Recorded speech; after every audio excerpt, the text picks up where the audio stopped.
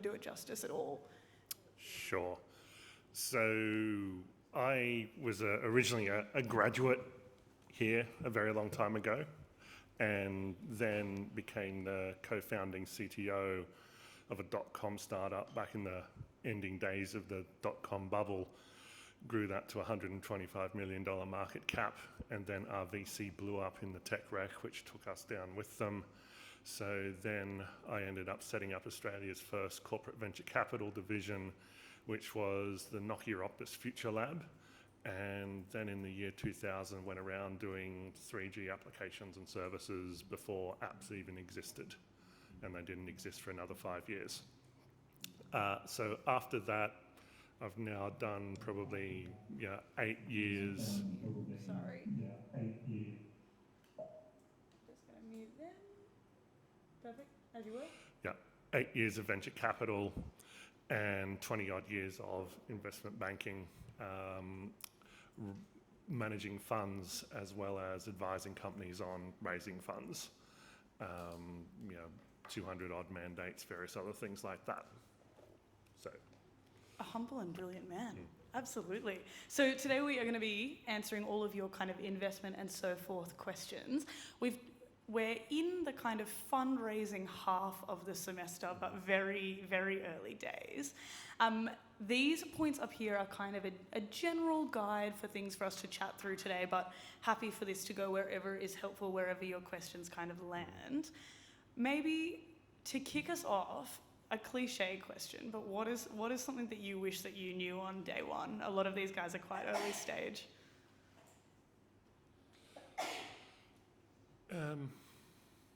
Well, that's hard because there's a lot to know. I think the most fundamental thing to understand is everything connects and everything has to be in alignment for anything to work in raising funds. So that basically means team, market, product, pricing model, all of that has to be in alignment and all of that has to be consistent with what investors are going to want. And if any one of those things is out of alignment, even if it's better than it should be, you're going to have a much harder time raising money. Good advice. Good advice. The first point that I have up here is the investment cycle. Yep. This is a phrase that I would guess about half of us have heard before and half of us haven't. Can you explain to us what the investment cycle is and what those buzzwords kind of are and mean? Well, my understanding is that it's about the series of investments that a company is going to need in order to get up and grow. And it starts off right at the beginning with capital that it has to come from the founders to essentially start the company, file it, incorporate it, get the idea together. And then after that, the exact precise definitions all start to blur and become muddied as different investors want to market themselves as different things. So typically what happens after the initial founder investment is what's called angel stage. And proper angel stage means there is no product and there is no customer. And what has happened is now angel investors are starting to say, well, we want to see a product demo. But if they're saying we want to see a product demo, that typically means you're now in seed stage. Now, angel investment is supposed to give you enough funds to get to a product which you can then demonstrate to customers as well as seed investors. But now, most seed funds in Australia say, oh, we'd like to see some initial traction from customers. We want to see some revenue. And that's not seed investment, but they're calling themselves seed funds. So the seed investors have now positioned themselves closer to Series A. Once you have a product and you have customers and you can demonstrate what's called product market fit, i.e. you have enough traction to prove that this is a thing the market actually wants to see, the Series A investment which is the first of the major forms of capital to help you grow, as opposed to get established. Series A is about helping you grow. That should require customers plus a working product. And then after that, it becomes Series B, C, D, and E, which is more and more and more capital that gets added to help you grow faster. So normally what happens is when you get established and you get traction, you will have, an approach to break even. And if you want to grow faster, you're going to have to spend more money on operations, more money on marketing, and that's going to generate larger losses. So the future capital rounds are designed to fund those losses. And you can see that that is what happened in the world of tech investments from about 2012 to 2018, when interest rates were really low and we're recovering from the global financial crisis, and VCs were focused on top-line growth. So they didn't care what sort of losses you made. They were putting capital in to fund the growth of the top line. And that's what those future rounds of capital are for. And then finally, when you start to approach maturity and your growth starts to fall off, you start to become much, much less appealing to venture capital and more of appeal to either private equity, mature companies, or the listed market itself. And that's really there for profitable companies growing at or around or a bit above market pace. If you are not behaving like BHP, Woolworths and the Commonwealth Bank, you will be punished by any listed market. Okay. Yeah. Thank you for that. I think... Question. Oh, yeah.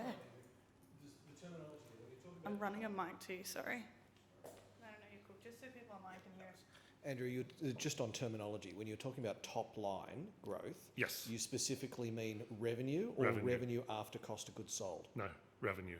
Right. Yeah. Cool. Any others while I'm running around? Yeah. Yeah. This could be a question to either of you. I believe at the end of this incubator cohort, we'll be pitching to some investors. I'm wondering at what stage of the funding cycle they might be at and what level of investment they might be putting in. That's a good question. I might take that one. So our pitch final that we do at the end of the year is very well attended by investors. A lot of the time when they're kind of out and about in the world, they don't wear a t-shirt that says, I'm an investor and I'm looking for Series A companies. But we know who they are and that they're here. And a lot of the time, we have a database of investors and we send out an investor newsletter every quarter. So if you ever, we say this all the time, but if you ever have any information that you want investors to know about, send it through to our team and we'll make sure that investors are aware of it. We also have all of you, provided you've sent me all the data that you should have listed on our website. So a lot of the time before events, an investor will go onto our website, see if there's anything that they're kind of interested in before they come and come with quite a clear agenda. If they're, traditionally speaking, if they're interested, they'll make themselves known. Would you agree with that? I would think so. Yes. So one of the other things to do is you would note that the incubator has access to PitchBook, and that will tell you all about the sorts of investors who are out there, and then you can look up the people's details as well as the firms that they represent to see what they have invested in before. Andrew, what's PitchBook? That is a database of investors and investees showing who has invested in what. And if you're going to design a fundraising program, it will tell you who you should be pitching to. If you would, as you can imagine, it's $1 billion per subscription, so it exists on James's email, I think. So if you want details on PitchBook, shoot James an email and he'll help you out. It's on Notion, the info that we need. The question that I was going to ask you around that realm was a lot of us, I'm sure, in this room are interested in angel investment. How do we identify angels and make ourselves look attractive to them? Yeah. Can I ask a question in that question? Yeah, yeah. Oh, she's got a mic. Is it on? Flick it on. And when you're answering equity, how much are you giving away to the angels? Oh, good answer. Yeah. And real estate? Sure. The best way to find an angel network is to basically Google and try and find an angel network. There are, off the top of my head, a set of angel networks that I know about. For instance, Stone and Chalk runs one, Fishburners runs another network, Investable runs a network, Trampoline runs a network. So you find them either from PitchBook, because you can search for angels, and typically what happens is you get access to an angel network, and the job of an angel network is to work out whether or not you are the sort of thing that should be pitched to angels inside that network, or just arrange for functions where people can turn up and pitch to a whole bunch of angel investors. So what makes a good investment? Normally something that can scale, and something which is early stage, something which is unproven. And if it is proven, then it's probably too big for angels. And if it's proven to fail, then it won't be interesting to angels, which is why you want something which is, a brand new idea, which is in the order of 6 months to 18 months out of the box. Anything much longer than that, and people are going to have questions about, well, what have you been doing? This also means that anything that requires significant R&D and deep tech, and anything which is a long way away from getting customers revenue and profit, is not the sort of thing angel networks are interested in seeing, mostly, unless they are deep tech or med tech, biotech specific investors. And this is one of the other things that's out there, is almost all Australian VC is interested in SaaS and SaaS only.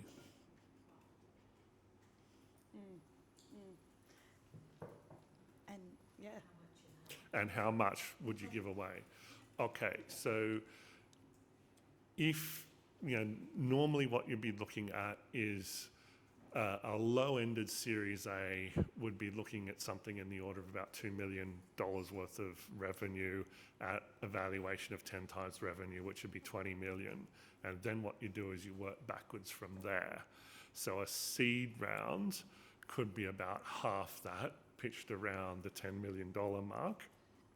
And that means that an angel round for the right sort of company would be pitched around about somewhere between $2.5 and $7.5 million valuation, depending on how well the company can grow and how fast you can actually get to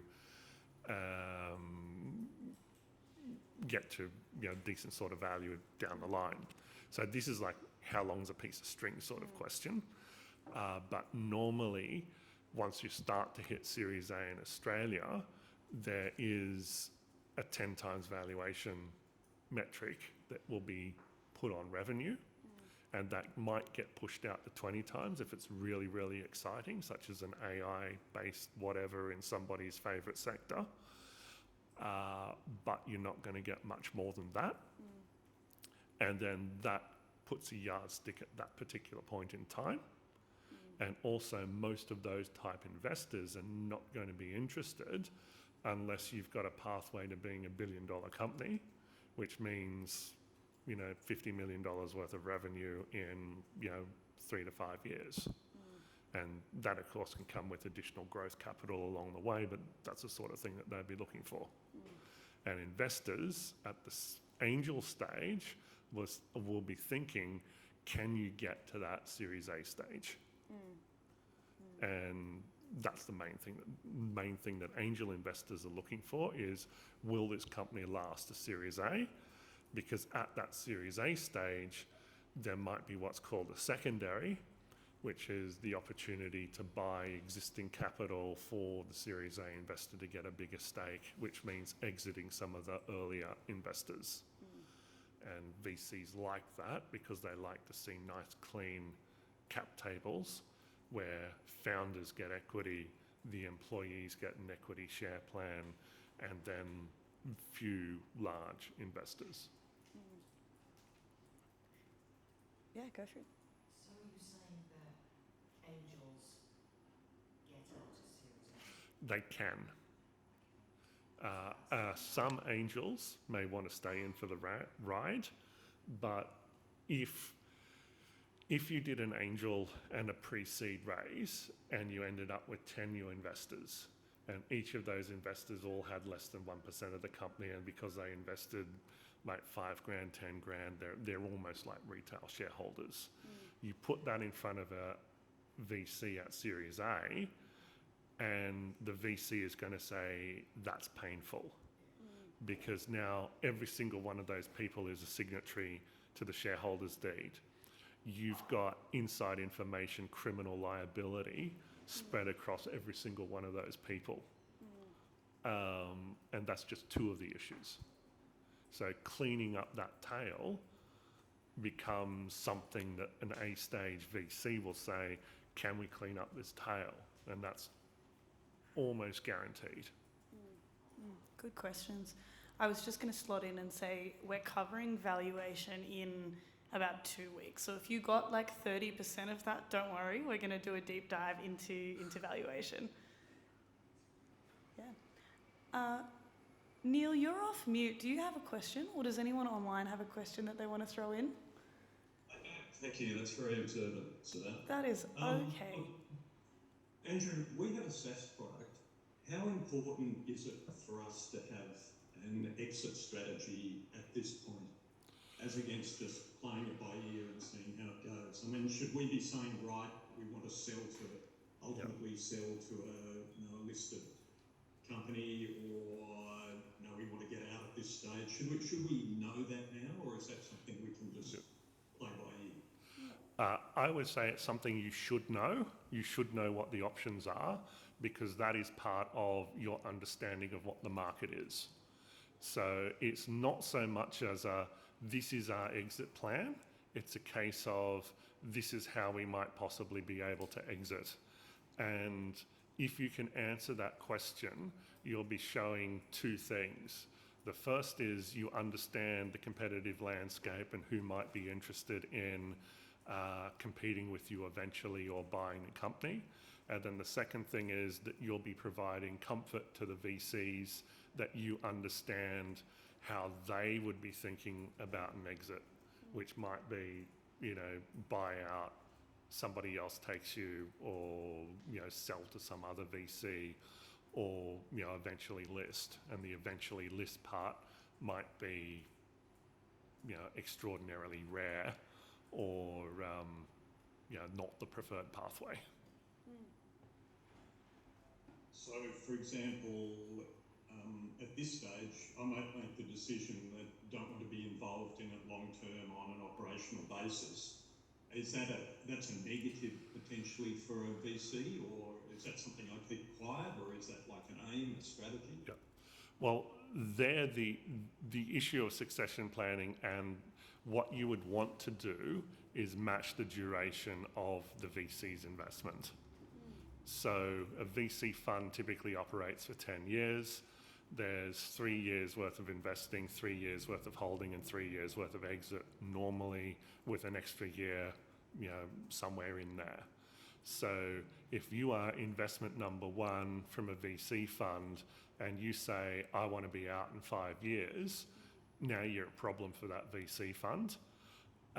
If you say, I'm happy to stick around for 7 years in a VC fund that's already about 4 years old, that's not going to be a problem, because they know that they'll be seeking an exit with you still on board, and you'll be around to manage a handover for whoever buys the company next.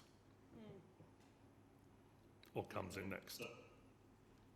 Okay, so I think you're suggesting if should be keeping that quiet and not advertising that we only want Well, X years. the issue there is if you've already decided to do that, it becomes an ethical obligation to disclose it. And the way that you would manage it is to make sure you've got a succession plan. That's the main thing. Because you don't want to keep that secret and say, surprise, I quit. And you can turn that into a positive. Yeah. Yeah. Yeah. Okay. Thank you, Neil. Yeah. I'm going to ask one last question. For those of us that aren't there yet or don't want to take funding, what is your advice for bootstrapping, friends, family, fools, things in that realm? Yeah, well, before I do that, I should Yeah. say one thing, and that is if a founder exits, the big question is going to be what happens to their equity. So the issue that you don't want to have is founder quits and takes their equity with them, and now all of a sudden there's a major stake which is just sitting there doing nothing, because that just dilutes the people who are around to carry the load, as well as other investors who need to come in. So that's also a problem that you're solving for if you are thinking up some succession plan. Okay. So what was your question again? Sorry. Good point. Yeah. My question was for those that aren't there yet, what's Yeah. your advice for bootstrapping and getting money from friends, family, fools? Yeah, the first most important piece of advice is to separate your family life and all of the things that you need to survive and not be destitute, and never, ever, ever bet that. If you wouldn't stick it in a poker machine, don't stick it in your startup. Okay. I'm going to stop talking now because that is so important, and I've seen people destroy their lives by not taking that advice. Could you elaborate on the advice? Sure. Guy has a really dumb idea. Guy invests his entire super fund at age 55 in idea. Guy has no retirement. This is the most... Yeah, literally. Guy needs psychiatric help. That is the most blunt Guy's I've ever knocking seen. on door. Police get called. This has been recorded. It's serious stuff. cameras. I mean, that is extraordinarily valuable advice. Do not bet your life and your financial security that your startup will succeed. Not ever. Never. Glad I asked the question. Yeah. Any other? I'm going to go to Dave first. Here you go, sir. Andrew, you know that in my other business I do the R&D tax incentive, and Yep. I had a client who was like a man on the tools who had decided that he had invented a perpetual motion machine. Yep. And was going to mortgage his house and make a startup, and wanted me to help with his R&D claims. And I said, it's called the law of thermodynamics for a reason. It's not the theory of thermodynamics. Yep. And for God's sake, don't do that. Yep. He found another R&D tax agent and went ahead and did it anyway. And that could get reported because it's obviously a fraudulent claim. The ATA could look at that and say, this is obviously fraudulent. I mean, yeah, it's interesting because obviously the point of the R&D tax incentive is you're supposed to be developing new science, and there's nothing that says that science has to work. Yeah. But obviously, yeah, it was doomed to failure. Mm.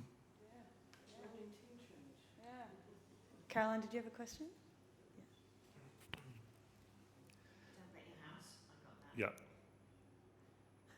In my network, people are, we're meeting people for coffee and they're saying, can we invest? Yep. And I don't know what to do. Right. What I'm being told is, don't get investors until you are as far established as you can. Scrape, bootstrap, Mhm. and don't give away equity. Well,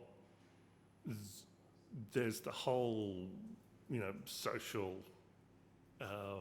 element to taking on friends as investors.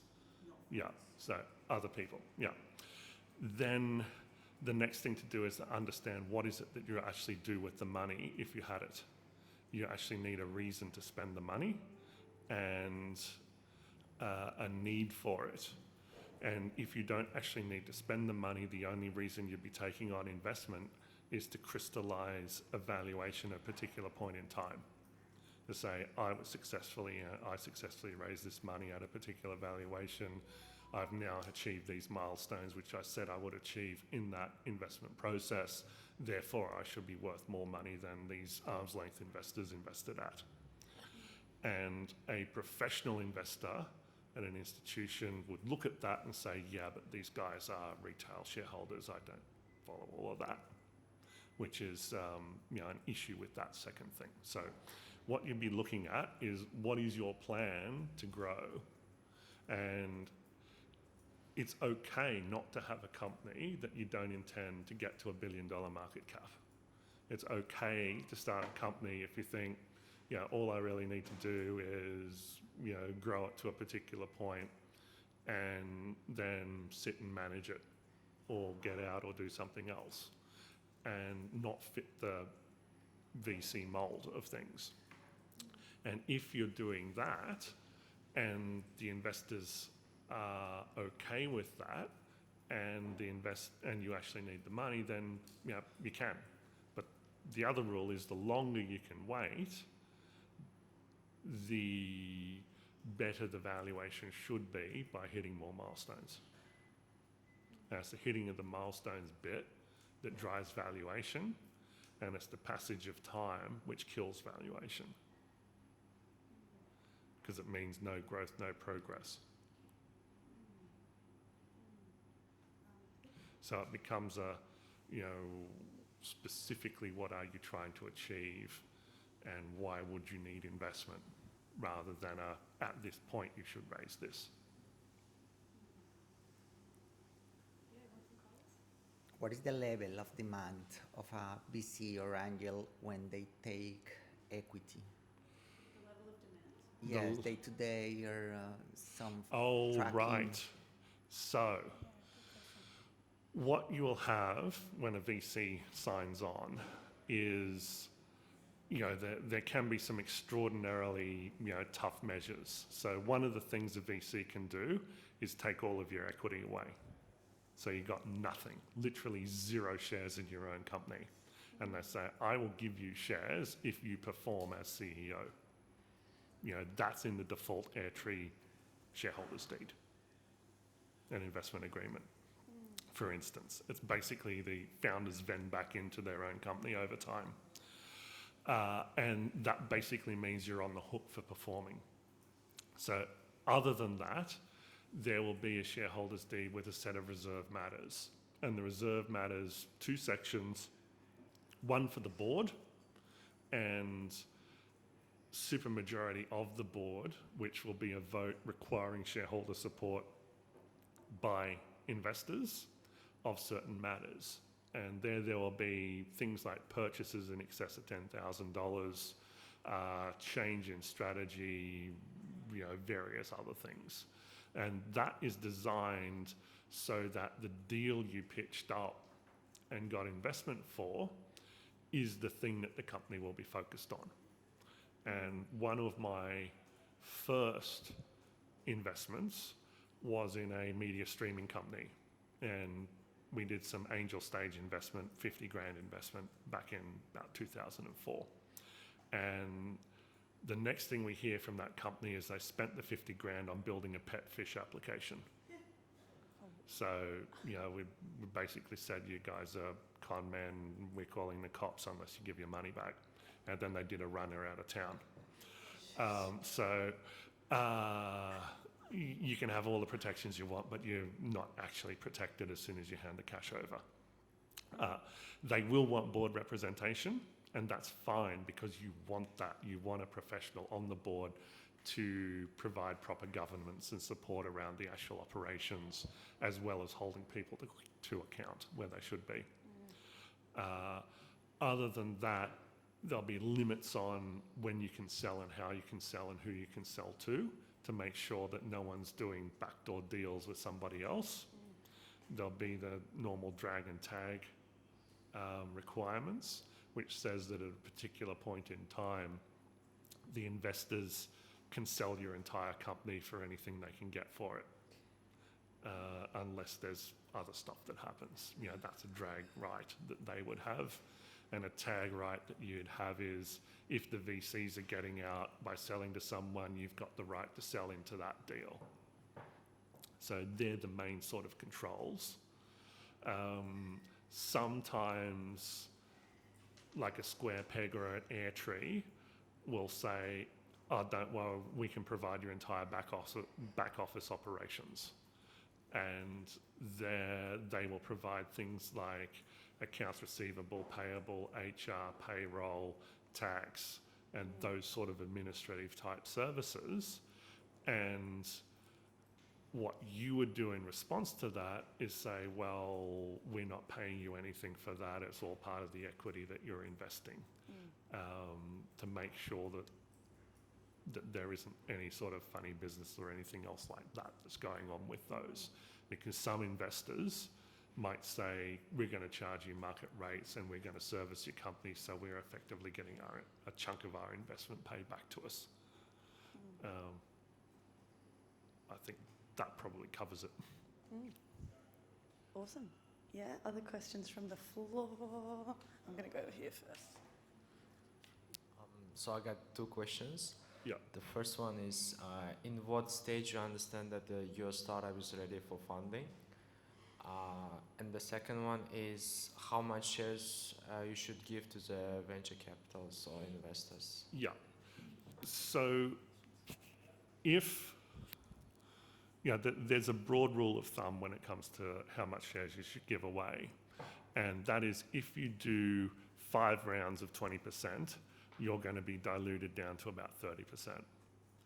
And you don't want to do more than that by the time you get to a stable, profitable position and you're also ready to exit. Andrew, can you unpack the idea of dilution further? Okay. These guys might not have heard that before. Right. So assuming you've got one founder, all the founders together own 100% of the company. And then an investor comes in and decides to invest a certain amount of money for a 20% stake.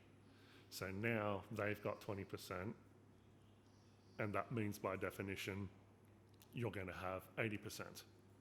Now, if you assume another round comes in and new investors take 20%, now you've got 80% of 80%. And the first investor's got 80% of 20%, and the final investor has the final 20%. And this basically obeys a power law. The more rounds of investment you take on, the more you get diluted. Well, actually, it's a log law, it goes the other way. The less your dilution is in absolute percentage terms, but more and more rounds is, you're losing 20% at a time if it's in 20% investment.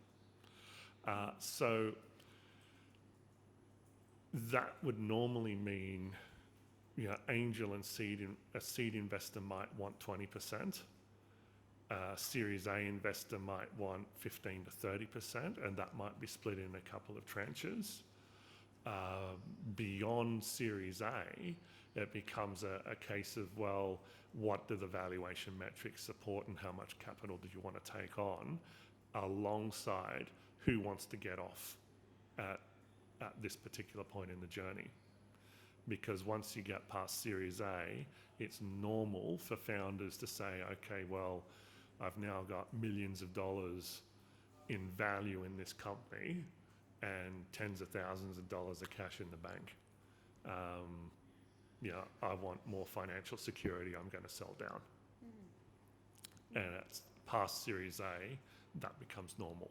Founders would want to do that, which is why in Series B investors could take 30, 40, 50%, especially when you've got investors wanting to crystallize a gain and invest in something else. So how do you know when you're ready to take investment and how much to give away? Well, the good news is you'll be told how much to give away by the investors. They decide that. And all you get to decide is whether or not you want to say no. That fundamentally is how that works. You might get away with structuring it to say, I need this much now and that much later, but you're not really going to be able to change the actual valuation they give you. You can delay it and defer it so you can get a higher for later at a higher risk. But to say, no, we want 15 times revenue and you're only prepared to pay 10, you know, that's almost certainly a hard pass by any investor. If they've already made that decision, they're not going to change their valuation by 50% based on your wish to get invested at. So it's really driven by them. And then how do you decide when you're ready? Well, there are some fundamental milestones. You know, milestone number one is that you've actually got a clear understanding of what it is you want to do and how the market operates and how you're actually going to build something. And that's really the milestone that you'll have at angel stage. Having a working demo is a milestone you'll have at seed stage. Having an initial customer who's paying market prices with at least, you know, and that's sort of like an enterprise level customer or, you know, 100 SME type customers, that starts to butt up against, you know, Series A. That could be a pre-Series A raise, but certainly larger than seed. And then when you hit around $2 million annual recurring revenue, that's when you're really at the Series A stage. For US, European, Asian, Middle Eastern investments, it can all be completely different. So right now I've got a AI startup, and AI is extraordinarily hot, and it's a decarbonisation AI.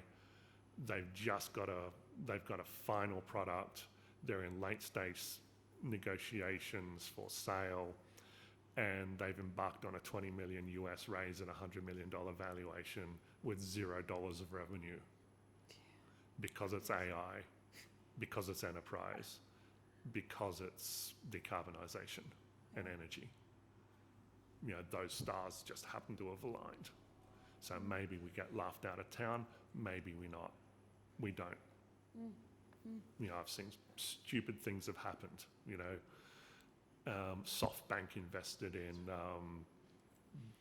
basically a real estate trust, WeWork. People do dumb things. Give me some money. Hello. Wow. We run a wellbeing business. We sell these packs of cards, and recently there's been traction, which is great. And we're at the stage where we'd like inventory for the packs. We're currently self-funding, but we find ourselves in need of, you know, a couple of grand worth of packs. And so I'm not sure it sits in this sort of stage, but I was wondering what our options were outside of self-funding. Yeah. I'm going to pop in a follow-up there. My next point on the board is debt equity. Can you tell us what it is and when to take it in answer to that question? Which debt equity? Yeah. Okay, so Or you can not recommend it. there is a thing called venture debt. So venture debt is, you know, it's straight up debt. Normally, it is secured only by the assets and the cash flows of the company itself, which means that you need to have some sort of revenue to cover it and be able to pay it off if something happens. So the interest rate on that could be in the order of about 15%, which means that it's a hell of a lot better than equity. But if you slip, you're going to have problems. Now, what you've mentioned is a situation where debt could be an answer. First of all, because it's a small amount of money relative to everything, a couple of grand. I mean, that's an entry-level credit card credit limit, for instance. The other thing is that you are funding inventory. So the big question is, how fast is that inventory turning over? And the whole world of supply chain finance and inventory financing is well established. And if what you're showing is sales records, but you're carrying inventory, which you need to fund, and you're growing, then traditional Big Four banks can lend against that. The issue you're going to have is also $2,000 is such a low amount of money that they're not going to be wanting to talk to you about anything other than a consumer finance level product, unless you're talking millions of dollars. So they're commercial lenders, commercial lending CBA. Another thing I'm involved in is currently in the middle of borrowing about $3 million to go off and buy something that's going to be financed through the cash flows. So that's doable, and that's coming at a 6% interest rate because there's external assets backing it as well. So much, much, much better than venture capital. No equity required. Then you also have an opportunity to, like, if you have an order, like substantial order, let's say of $100,000, so you can go to bank, talk to commercial, and say, what they do, they lend you money to source the stock against the invoice, against the order. Invoice factoring. Yeah. There's also, if it's an export and you've got a contract, then there's the Export Finance Investment Corporation who do loans against the contract. Yeah. EFIC. Good. Yeah. Do you want to talk about notes, convertible notes, and Export finance. It's almost busted my brain. Yeah. I've finally understood what a safe note is. I just don't understand. Okay. Yes. Good Yeah, question. What's a safe note? Yeah, so- An EFIC. All right, so EFIC's basically Australian government funding for exports. So the Australian government will loan you money to support export sales. And that's basically to fund the supply chain costs of taking things out and selling it. So if you've got the end purchase order, but you can't afford to get your goods to your customer overseas, you can take your sales to the Australian government, EFIC, and say, give me money, please. Does something online qualify for EFIC if it's not inhibiting physical space?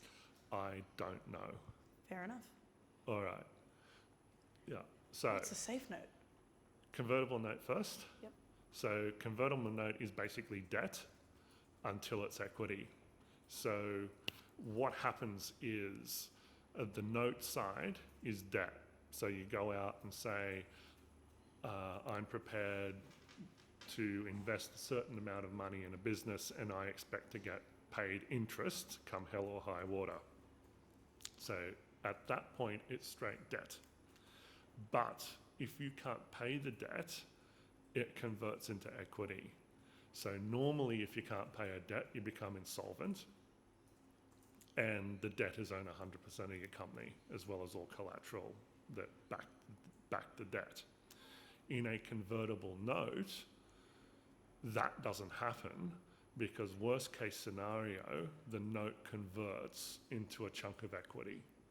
And normally the chunk of equity it converts into is done at a rather punitive type valuation, but at least it's not 100% and at least your company's still operating. So they are good for short-term bridging rounds where you don't really want to give away equity, but there is enough uncertainty around to be unable to get a straight debt from a bank. You can get them from equity investors, for instance. And normally, VCs won't do them. Venture debt providers will do them. Individual investors do them all the time. Everyone's looking deeply confused. Can you give us an example? Okay, so suppose you need $500,000 to go off and do something, and you intend to spend that in January, and you expect that to crystallize into $1 million worth of sales by June. Now, safe note provider says, okay, I can give you that $500,000 and I want 10% interest over the 6 months. So scenario A, everything goes well and the revenue comes in and you can pay off the note. So you pay $550,000 in June, note's gone, debt's repaid. Scenario number 2, you can't pay it off in June. So now what happens is you look at the convertible part of the convertible note and it converts to say, 10% equity. So effectively it's given you a $5 million valuation. So now you're all diluted 10%. The note holder is converted to equity and they get 10% for the $500,000. That's a convertible note. Follow-up question? You mix terms, you mix convertible note and safe note. I understand. Okay, so safe is completely different. Okay, because you said safe note and convertible. No. No, I said safe note. Yeah, she said safe, It was convertible. So convertible is debt to equity. Now, safe note is an acronym. It's a simple agreement for future equity. And the whole point of a safe note is to avoid having a valuation discussion right now. So instead of working out what the company is valued at now, you decide that you're going to kick the can down the road to your Series A valuation.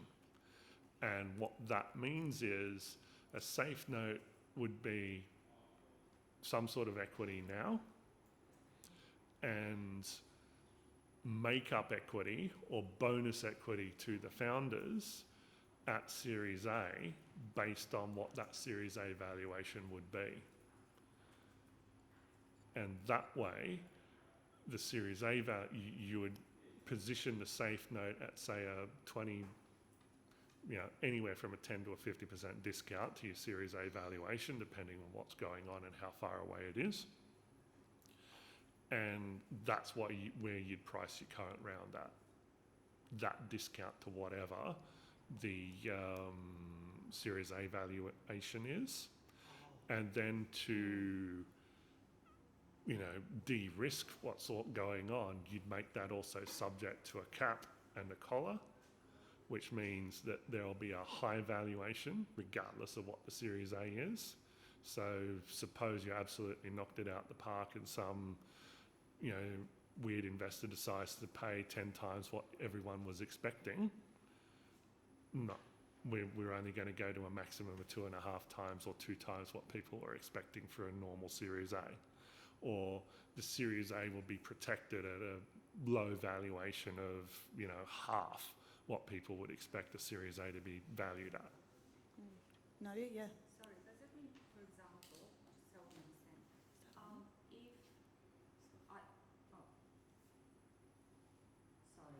if I give somebody 5%, so we don't know the relation to Yeah. company else, but okay, like you got 5% of 1K, because you're doing work for free and I can't pay you.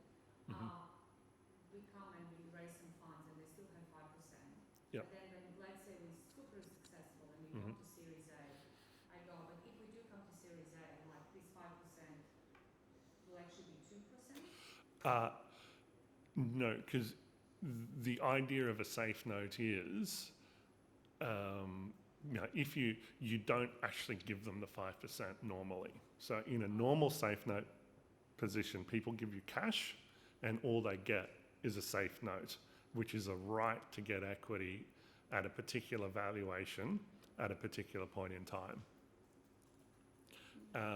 That can be changed around where people both get equity and the amount of equity gets changed at that particular event, but that's complicating things. So think of a safe note as cash comes in, but you don't get any equity until some future event happens. At that future event, there'll be a pricing for an investment.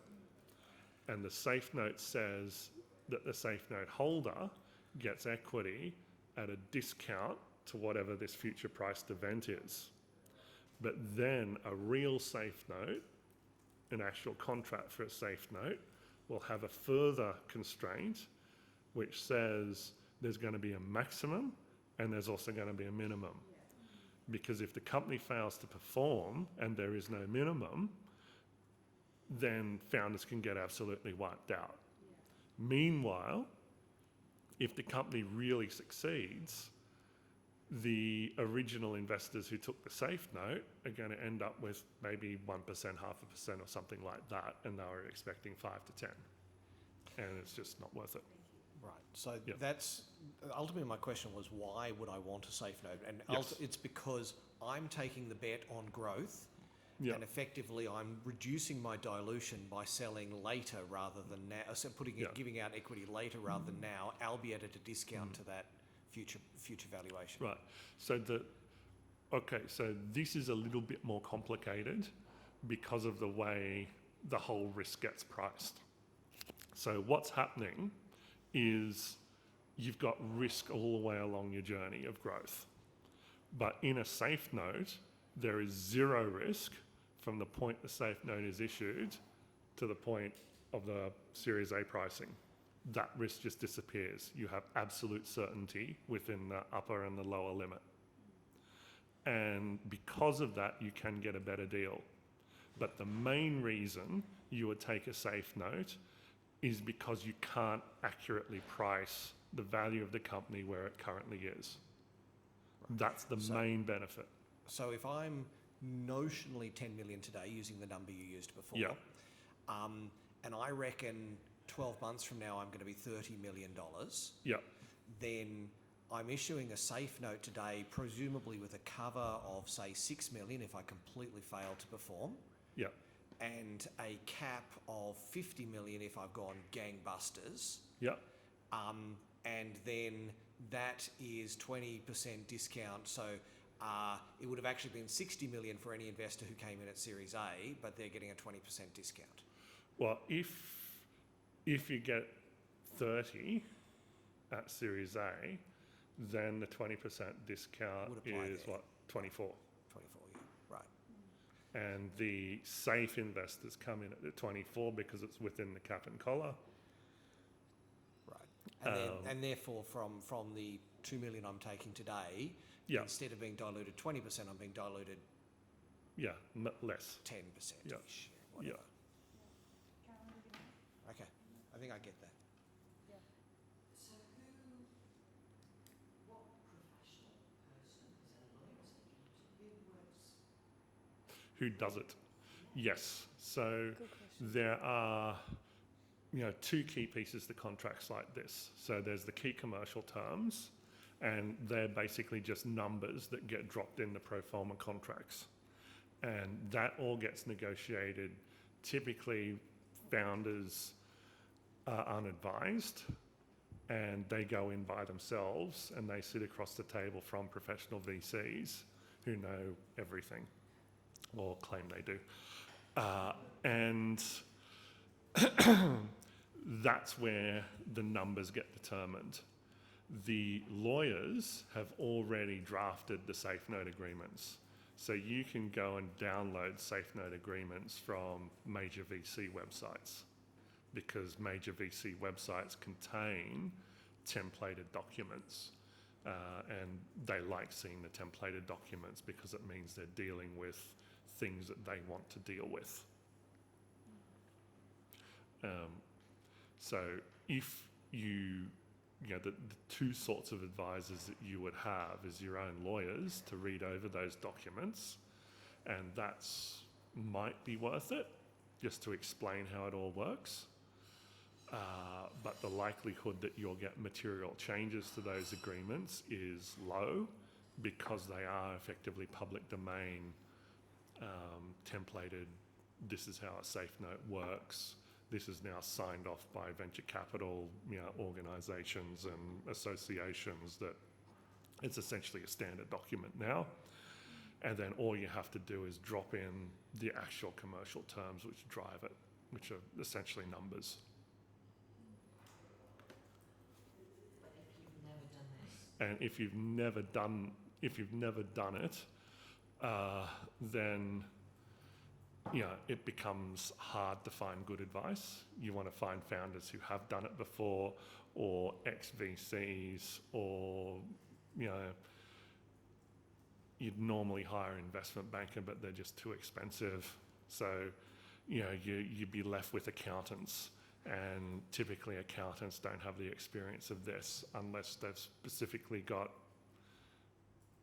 VC-related experience inside the accounting firm. And that's also expensive. I'm just loving sliding in and being like, don't worry, we have a session for that. Yeah. Don't worry, we have a session for that. It's in a couple of weeks. It's being run by one of the major kind of template providers that'll have some friends to steer you toward if you're interested in that. So I have two questions again. Yeah. The first one is it a good idea to give shares for the loyal employees, for the people who worked with you from the early stages? And the second one is, I might miss the answer, but currently we stuck with our startup because we have our MVP, we have revenue, we have wait list, a couple of hundred people already signed up. But we don't want to give up 20% for the pre-seed investment. We need like a couple of $10,000 for come up the real product, but we don't want to give it out to the investor the shares. Yeah. So the answer to the first question is yes. So giving shares to employees is normal. And one of the templated documents is the employee share plan. And that has now got specific exemptions in the Corporations Act around fundraising obligations. So it's become much, much easier to do that because it's important.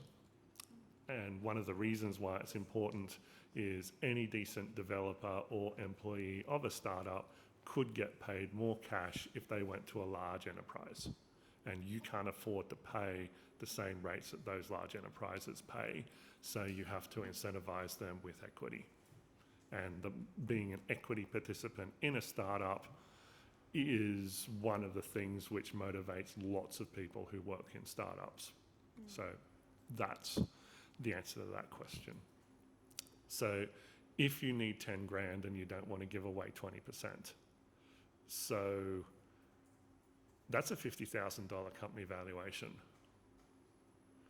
You shouldn't be giving away 20% for $10,000. One of the things you could do is go to angel networks, because that sort of valuation, it should be like 2%, 1%.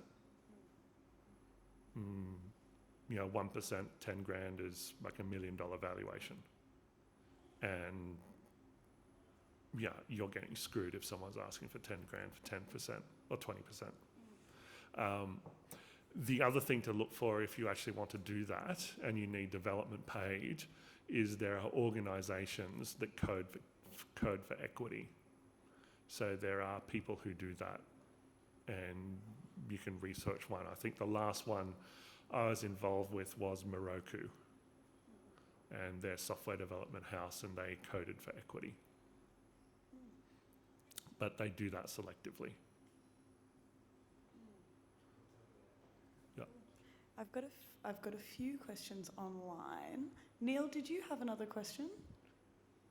I did. Thank you, Savannah. Go for it. I guess the elephant in the room for me is that because there was a discussion earlier on, you can pay a merchant banker to help you negotiate. I can feed a contract into AI and it'll give me expert advice. Now, I'm not saying it's perfect, but are you seeing AI helping founders negotiate? Because it just seems such an obvious thing. I mean, it's got infinite intelligence ultimately. So the risk is too great. So, PwC hammered, 400 odd grand. People are saying ban them forever from government contracts. because that got through their keeper. I wouldn't trust an AI, with any sort of answer it gave. If an AI gives me an answer, the first thing I want to do is independently research every single part of it to make sure that it's correct. So the big question is, what are you using that AI for? I think it's identifying red flags is Yes. something that I Well- would expect it to be very good at. So if you ask the AI, show me all the red flags in this, it will give you a list. And you would then be able to independently investigate those red flags, but you would not be able to investigate the red flags that it did not show you. And there is a much higher likelihood that an AI would fail to report obvious red flags to someone who deals with contracts all the time than it providing an answer which just has some yellow flags in it, for instance. So that's a strong risk. Okay, thank you. I feel embarrassed following this question up with Yeah. this question because Aloysius has asked a question but had to go to a meeting and has left his AI note taker to record the answer. Well, that's okay, because Oh, if an AI note taker makes an error, it's going to have a dumb word in a sentence, and a human's going to read that sentence and say that word couldn't possibly be the word that was actually spoken and be something else. So that's an example of a human intervening in an AI and correcting it in near real time, which is an okay use of AI. Aloysius just re-entered the chat as we said this. You're Yeah. back to get your answer, Aloysius. Hello. He is asking, in AI Note Taker and is now in the call in the flesh, for safe notes, is it normal for both a discount and a valuation cap, or is it usual for only one? Also, if we go for 2 rounds of safe notes before a price round, is it normal? Or do angels typically expect the next round always to be a price round? Did that make sense? Yes, it does. Brilliant. So it all depends on what the investors want. So the further you are away from a reasonable priced round, the more likely it is, in my experience, that there will be a cap and a floor on the pricing as well as a discount. If you are right next to a price round, it's less important. And if you are very close to a price round, it is likely that the discussion will be over a much tighter range. And that means that it's hard to agree to a proper ceiling and floor. Now, the second part of the question is, can you do a safe note in stages? And the answer to that is yes.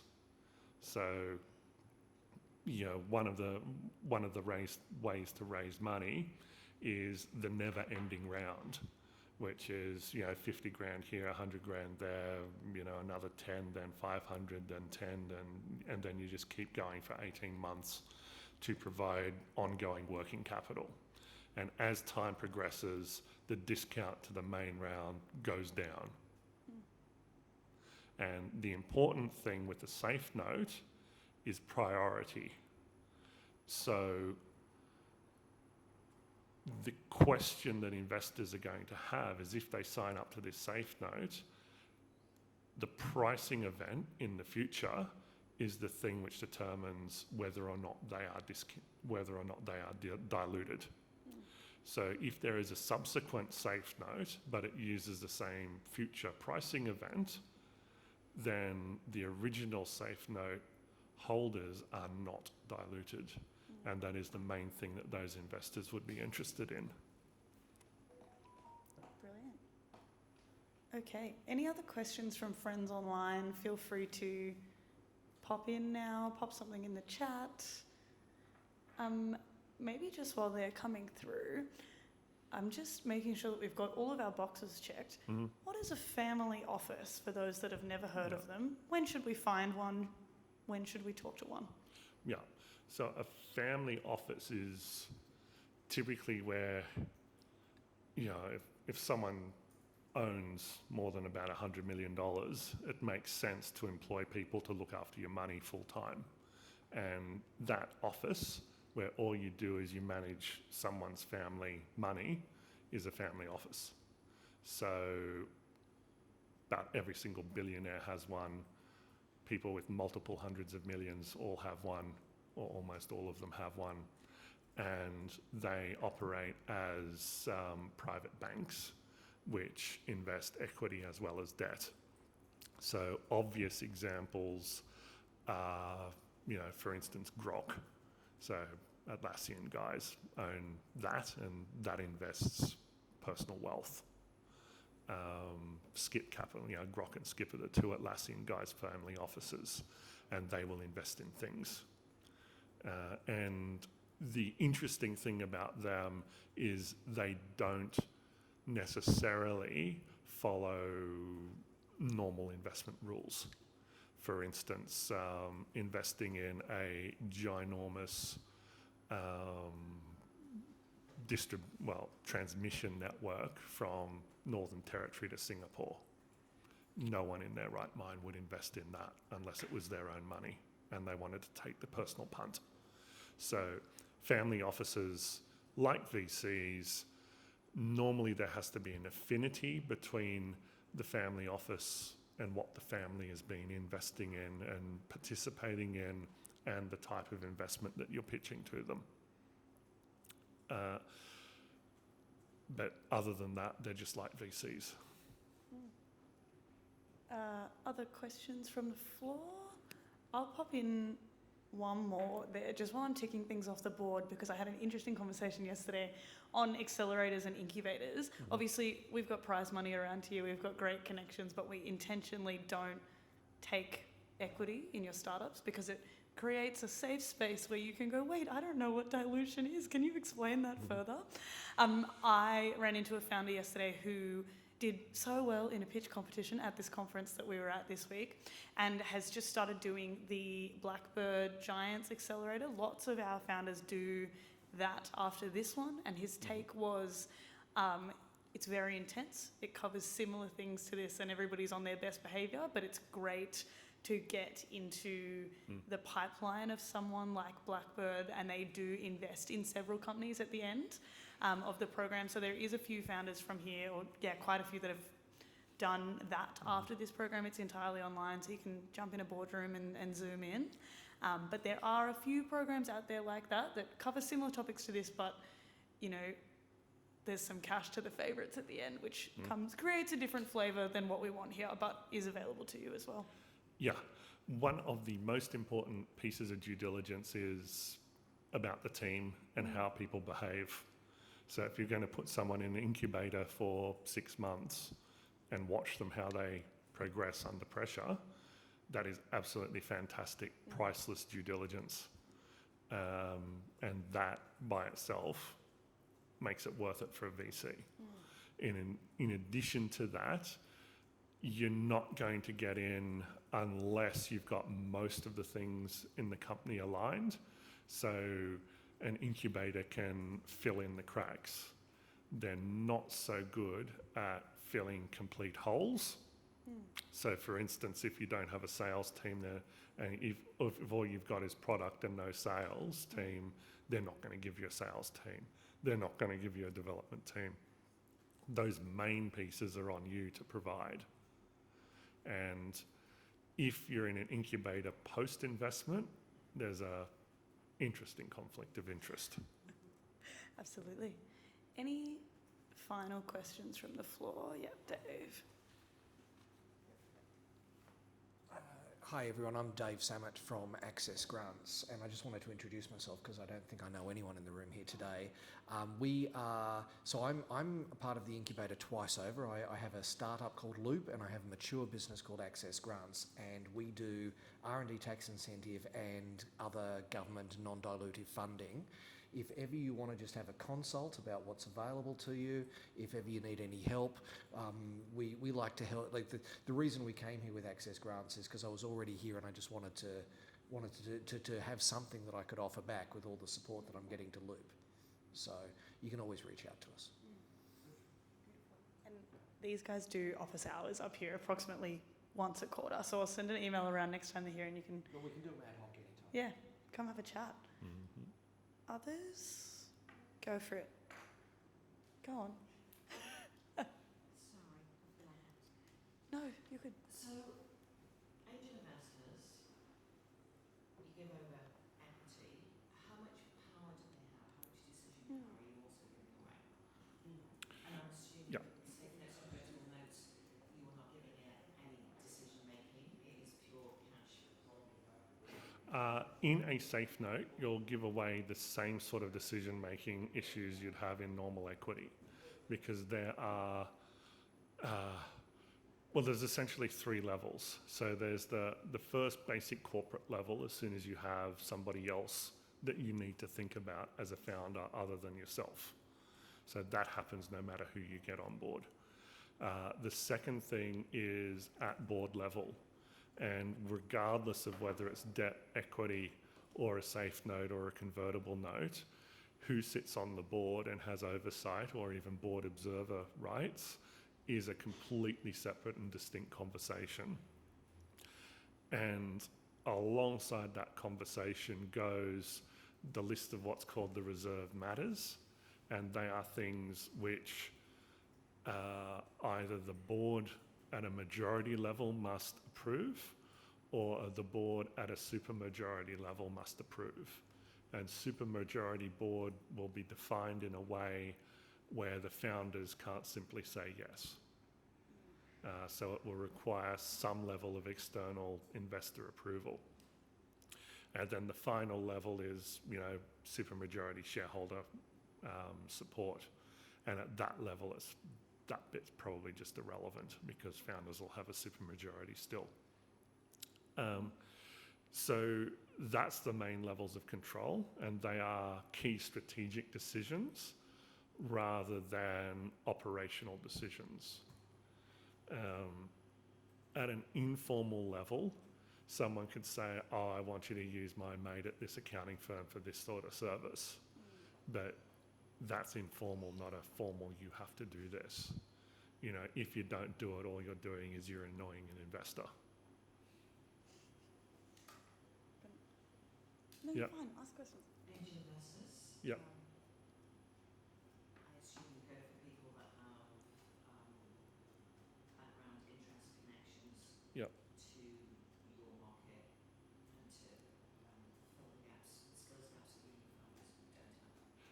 Yes. So It's not just about cash. an angel investor will also want most likely some kind of involvement, and that's where you can start assembling an advisory board.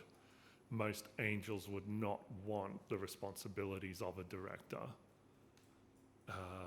but being a board advisor or advisory board member is something that they would be interested in.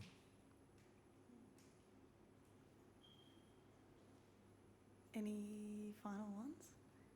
Okay, my last question for you is, what are you seeing in the market right now? Is it a good time to be raising money? How has this year looked, and what are your predictions for next year?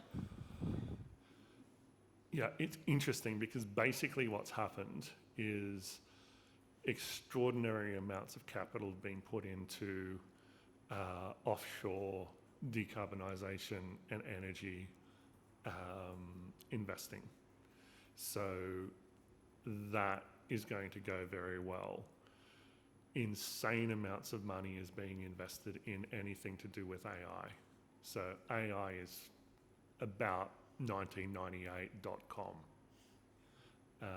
It's going to continue to go, but there's going to be a moment when it all has to get real.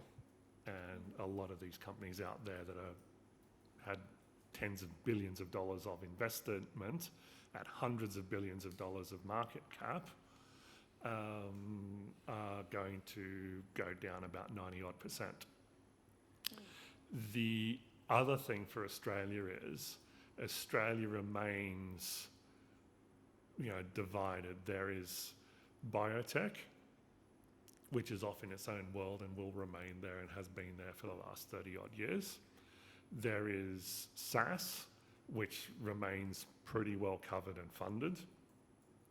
And then there is early stage deep tech, where if you're looking for, seed funding and you're approaching Series A, you might get the attraction of investors. But overall, investment for anything that is not SaaS in Australia is pretty hard unless it's infrastructure-like. So it's not a good place to be, and I don't see it changing unless you're SaaS. And even if you are SaaS, the valuation's going to be small compared to Europe and the US. And what that then means for Australian companies is position yourself for international growth and get out there and try and raise money from the US, Canada, and EU investors as fast as you can. Oh, okay, Yep. I'll let in one more. Yep. So one of my co-founders is New York, and we are trying to get investment both from New York, from USA or Australia. Which one we should prioritize? New York, the valuation will be twice what you can get in Australia. I mean, the reason for this is that if you look at the ratio of the economy of the US, the economy of Australia, it's just so much bigger. The population of the US compared to Australia is just so much bigger. Now, you can't just go to the USA. You've got to pick a set of states to operate out of in the USA and scale up from there. But the point is that if you are operating in a US region and you have proven yourself, the limit on your growth is, 15 to 50 times greater than it is in Australia. And that translates directly into higher valuations at earlier stage. Beautiful. Any final words of wisdom? Well, the main thing is, I think that the next thing is, if it's not working, stop and do something else. Pivot early, pivot often. One of my companies on that board, Lesson, went bust, and it pivoted 3 times. Now it's doing over $250 million in GMV because it pivoted, and that's after it went bankrupt. Pivot fast, pivot early. Yes. A round of applause for Andrew, please. Oh, as I said at the top, just such a wealth of knowledge there. Thank you for answering all of our questions so clearly, and thank you for offering questions. There are no stupid questions. We love all questions. Thank you for being here. If there's any of these topics that you're like, I'm not quite sure what that is, these are all explained in depth from our lovely director, Mel, on Coursera, so go and have a look. As Dave said, he is around for a chat. Andrew's around for a chat, operates out of here fairly often as well. But yes, thank you. And if your mind is totally blown, don't worry, we're on week 3 of 7, and we'll keep unpacking these topics as we go throughout the semester. So thanks for being here. Thank you.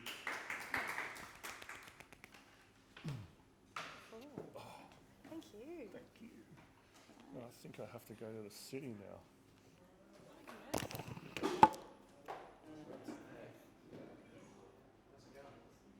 We're getting some digital claps online. Thank you.